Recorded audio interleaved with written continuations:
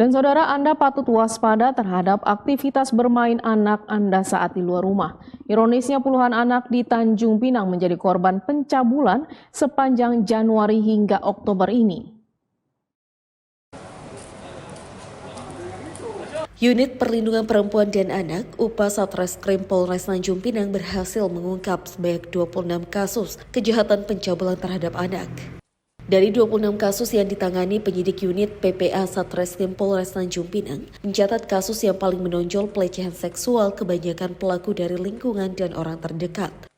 Selain kejahatan pencabulan, kasus lainnya kekerasan verbal dan nonverbal. Hingga kini puluhan kasus tersebut masih dalam proses lidik sebanyak 3 kasus, dalam proses sidik 6 kasus. Sedangkan proses melengkapi berkas 1 kasus dan yang telah diserahkan barang bukti serta tersangka ke jaksa sebanyak 11 kasus, sementara 5 kasus yang ada dihentikan karena proses mediasi.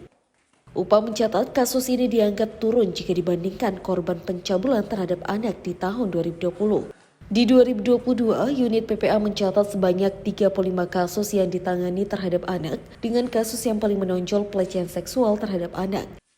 Meski demikian, penurunan tersebut masih berpotensi mengalami peningkatan.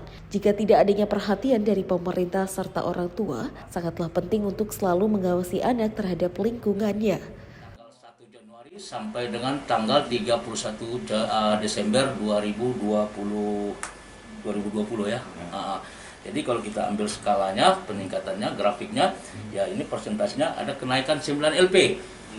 Jika dibandingkan dengan saat sekarang ini gitu ya. Jika dibandingkan kalau misalnya mungkin 2021 20 tadi dari Januari sampai Desember, ya sekarang masih sampai Oktober, itu terjadi menurun lah ya, menurun 9 LP. 9 LP. Ya, 35 kan tadi 2020 kan 35, tapi kan di Desember hitungannya.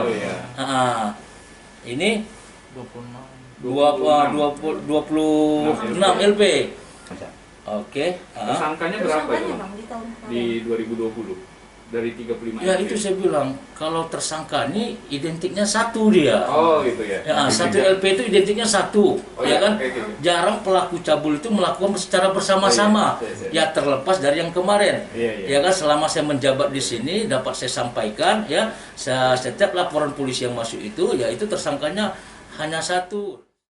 Dari yang kemarin itu ya. Kepada orang tua, Rio mengingatkan tetap waspada mengawasi lingkungan bermain anak, karena peran orang tua sangat penting dalam pengawasan dalam kehidupannya sehari-hari. Selain itu, ia juga menghimbau terus lindungi anak agar tumbuh kembang dengan baik. Kepada masyarakat agar dapat melaporkan segera ke polisi apabila mengetahui terjadinya kasus kekerasan terhadap anak maupun perempuan. Supriyanto melaporkan dari Tanjung Pinang.